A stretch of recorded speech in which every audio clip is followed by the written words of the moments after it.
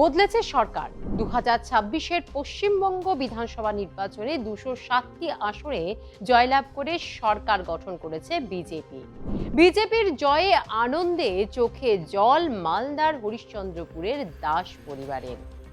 বিজেপির জয়ে আজ তারা আবার ফিরল নিজের বাড়িতে। 2021 সালের বিধানসভা নির্বাচনে ভোট পরবর্তী হিংসার শিকার হয় মালদার হরিশ্চন্দ্রপুরের কালাচাঁদ দাসের গোটা পরিবার। প্রায় 5 বছর পরে ঘরে ফিরল দাস পরিবার। বিজেপির সরকার গঠনে তাই আনন্দে কেঁদে ফেলছেন তারা। 2021 সালের বিধানসভা নির্বাচনের পর লুকিয়ে লুকিয়ে পরিবার সহ বাইরে থাকতে হতো তাদের। খেয়ে না খেয়ে দিন কাটাতে হতো। অভিযোগ, বিজেপির বুথ সভাপতি কালাচাঁদ দাস ও তার পরিবারকে মারধর করা হয়। অভিযোগে তীর তৃণমূলের দিকে। 2021 সালে 2 মে আমরা আমাদের যখনকার হয় রেজাল্ট জানাই, আমরা হেরে গেলাম। তারপরে ওরা মিছিল নিয়ে আস্তে আস্তে দেখছি আমাদের দোকান ভাঙচুর করে দিয়েছে। আমরা দেখে নিই, অন্যজন বললো যে তোমাদের দোকান ভাঙচুর করে দিয়েছে। তারপরে দেখলাম, তারপরে আমরা একটু সোজা টোজা করে আবার দোকান করলাম। তারপর দেখছি আবার বিকালবেলা না রাত্রেবেলা, রাত 11টার সময় 8-10 জন এসে আমাদের বড় বড় ইট পাথর ছুঁড়তে লাগলো। তখন আমরা তো ছাদের মধ্যে ইট পাথর ছুঁড়তে লাগলো। আমরা ভয়ে আর দরজা খুলতে পারলাম না। তারপর দিন আমরা দোকানটা একটু সোজা করে দোকানটা করলাম, মানে খুললাম।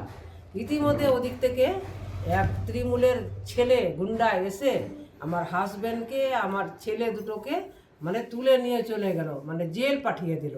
কত করে এখানে রিকোয়েস্ট করলাম গুন্ডাদেরকে যে আমার হাজব্যান্ডকে ছেড়ে দাও, ছেড়ে দাও।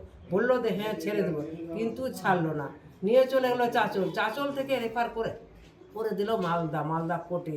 আমরা মালদা কোর্টে অনেকবার দৌড়াদৌড়ি করলাম। 2 মাস 2টা টোটো বন্ধ থাকলো, 2 মাস 2টা দোকান বন্ধ থাকলো, আমাদের 2 মাস আমরা অনাহারে থাকলাম। আমাদের খাওয়াও জুটতো না, এমন আমাদের অবস্থা হয়ে গেছে।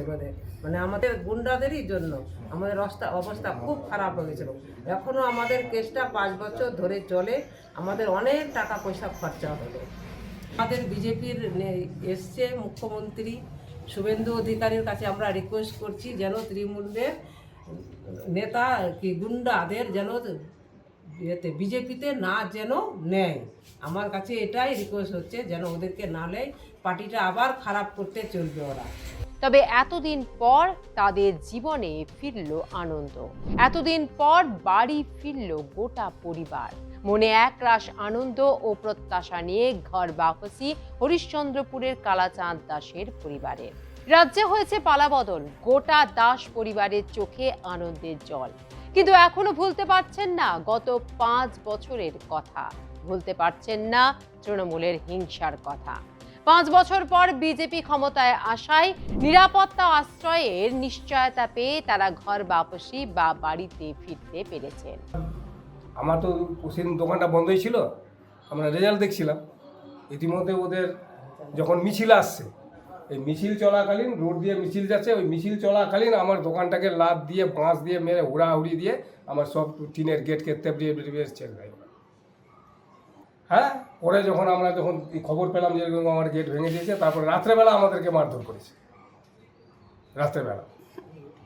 রাত্রেবেলা দেখছি আবার দলবল নিয়ে আবার চলে এসছে। তখন আমাদের উপরে তখন মারধর করে ওরা। আমরা যখন একটু বাধা দিতে গেলাম, দোকান প্রচার কেন ভাঙছিস, তখন আমাদেরকে ধরে ওর তৃণমূলের গুন্ডারা আমাদেরকে ধরে মারধর করে। 3 বাপ বেটাকে মেরেছে। এতদিন বাড়ি ছাড়াই ছিলাম, এই ভোট আসলো বলে আমরা কোনো মতো চুরি চামারি লুকিয়ে ঝাঁপিয়ে ভোট দিতে এসেছি আমরা। তা ভোটটা দেওয়ার পরে শুনছি যে আমাদের ভোটে জিতেছি আমরা। তখন থেকে আমাদের বুকে একটু সাহস হয়েছে, আমরা এখন বাড়িতে থাকছি। এখন বিজেপি এসছে তো ভালোই লাগছে, মনে হচ্ছে একটু সাহস হয়েছে, আমাদের ভয়টা কম লাগছে। না তো তখন তো পুরো 5টা বছর যে কেটেছে, তো একদম ভয়ে ভয়ে কেটে গেছে। নমস্কার করছি প্রধানমন্ত্রীকে, অমিত শাহকে এবং শুভেন্দু অধিকারীকে।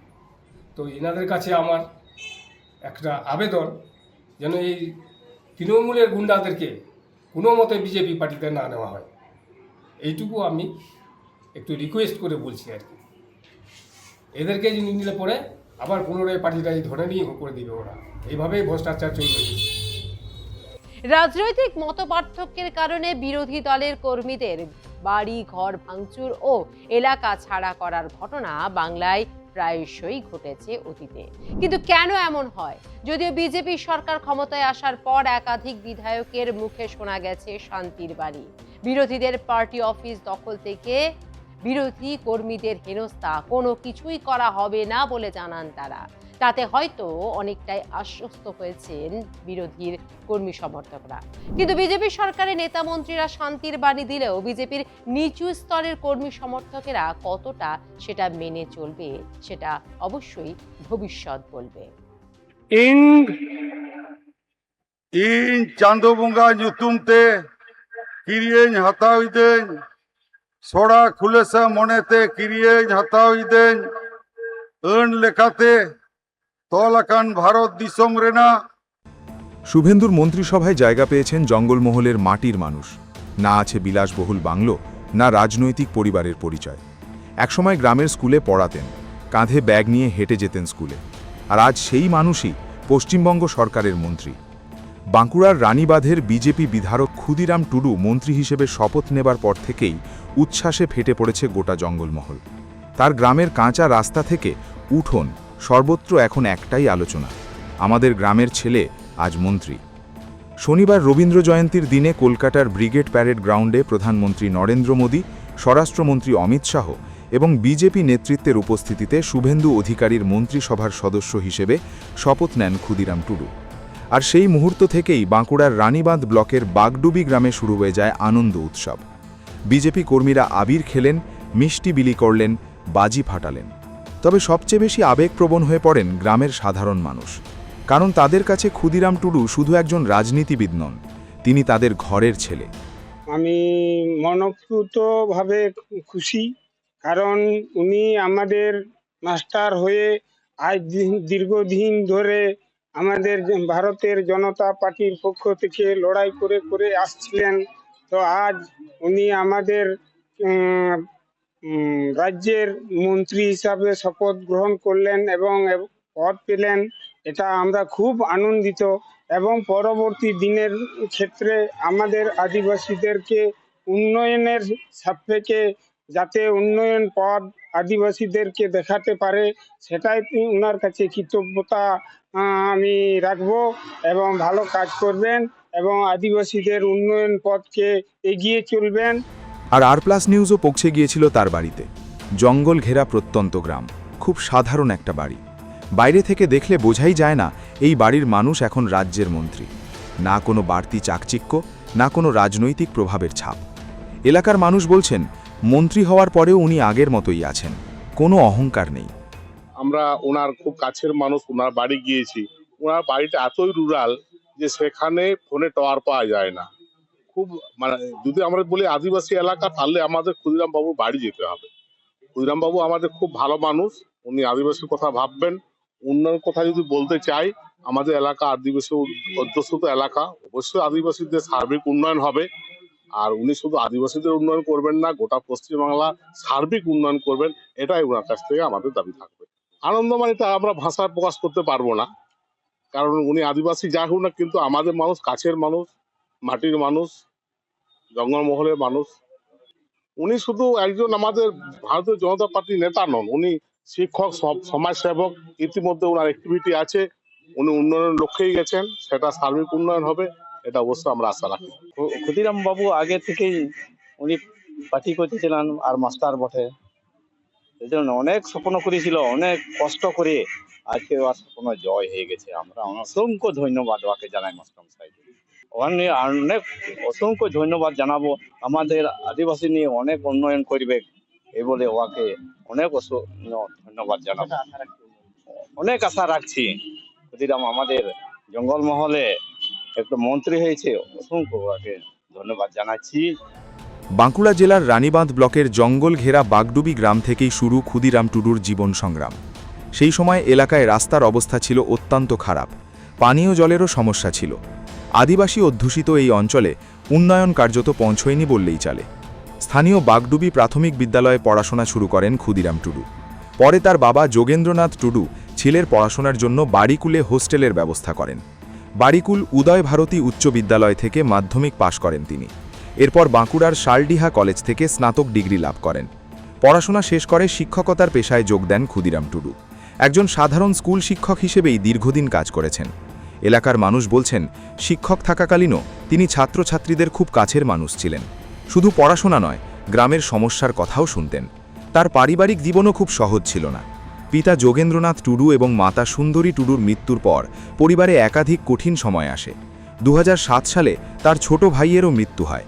পরিবারের দায়িত্ব, শিক্ষকতার কাজ সব সামলে ধীরে ধীরে সমাজের মানুষের সঙ্গে আরও জড়িয়ে পড়েন ক্ষুদিরাম টুডু। এই সময় থেকেই তিনি আরএসএসের সঙ্গে যুক্ত হন। পরে বিজেপির সংগঠনের কাজ শুরু করেন জঙ্গলমহলে। তখন জঙ্গলমহলে তৃণমূলের প্রবল প্রভাব, বিজেপির সংগঠনও ততটা শক্তিশালী নয়। কিন্তু শিক্ষকতা করতে করতেই এলাকায় মানুষের মধ্যে রাজনৈতিকভাবে সক্রিয় হতে শুরু করেন ক্ষুদিরাম টুডু। 2016 সালে প্রথমবার বিজেপি প্রার্থী হিসেবে রানীবাঁধ কেন্দ্র থেকে নির্বাচনে লড়েন, পরাজিত হন। 2021 সালেও আবার লড়াই করেন, সেবারও তৃণমূলের কাছে পরাজিত হতে হয় তাঁকে।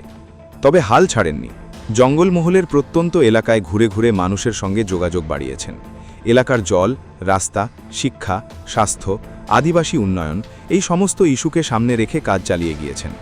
অবশেষে 2026 সালের বিধানসভা নির্বাচনে বড় জয় আসে তার জীবনে। তৃণমূল প্রার্থী ডক্টর তনুশ্রী হাঁসদাকে 52,259 ভোটে হারিয়ে বিধায়ক নির্বাচিত হন ক্ষুদিরাম টুডু। শুধু জেতাই নয়, জঙ্গলমহলে বিজেপির শক্তিবৃদ্ধির অন্যতম মুখ হিসেবেও উঠে আসেন তিনি।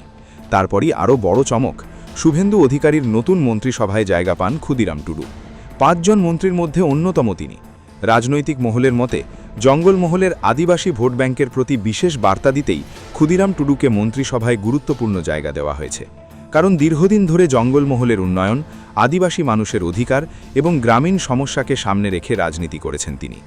কার শপথ নেওয়ার খবর ছড়িয়ে পড়তেই উচ্ছ্বাসে ফেটে পড়ে বাগডুবি গ্রাম। গ্রামের মহিলারা বলছেন, আমাদের গ্রামের ছেলে এত বড় জায়গায় পৌঁছেছে, এটা ভাবতেই ভালো লাগছে। কেউ বলছেন, মন্ত্রী হলেও উনি এখনও খুব সাধারণ। আবার কেউ বলছেন, এলাকার উন্নয়ন এবার আরও হবে। স্থানীয়দের দাবি, ক্ষুদিরাম টুডু খুব সহজেই গ্রামের মানুষের সঙ্গে মিশে যান। মন্ত্রী হওয়ার পরেও তার বাড়ির দরজা সাধারণ মানুষের জন্য খোলা থাকবে বলেই আশা করছেন এলাকাবাসী। জঙ্গলমহলের মানুষ এখন তাকিয়ে রয়েছেন নতুন দায়িত্বে ক্ষুদিরাম টুডুর কাজের দিকে, বিশেষ করে আদিবাসী উন্নয়ন, শিক্ষা, রাস্তা, স্বাস্থ্য পরিষেবা এবং কর্মসংস্থানের ক্ষেত্রে তিনি কী পদক্ষেপ নেন সেদিকেই নজর রাজনৈতিক মহলের। একসময় যে ছেলে কাঁচা রাস্তা পেরিয়ে স্কুলে যেত, আজ সেই মানুষই মহাকরণের পথে। বাগডুবির মাটির বাড়ি থেকে ব্রিগেডের শপথ মঞ্চ। ক্ষুদিরাম টুডুর এই যাত্রা শুধু একজন নেতার রাজনৈতিক সাফল্যের গল্প নয়, এটা জঙ্গলমহলের বহু সাধারণ মানুষের স্বপ্ন পূরণের প্রতীকও। ব্যুরো রিপোর্ট, আর প্লাস নিউজ।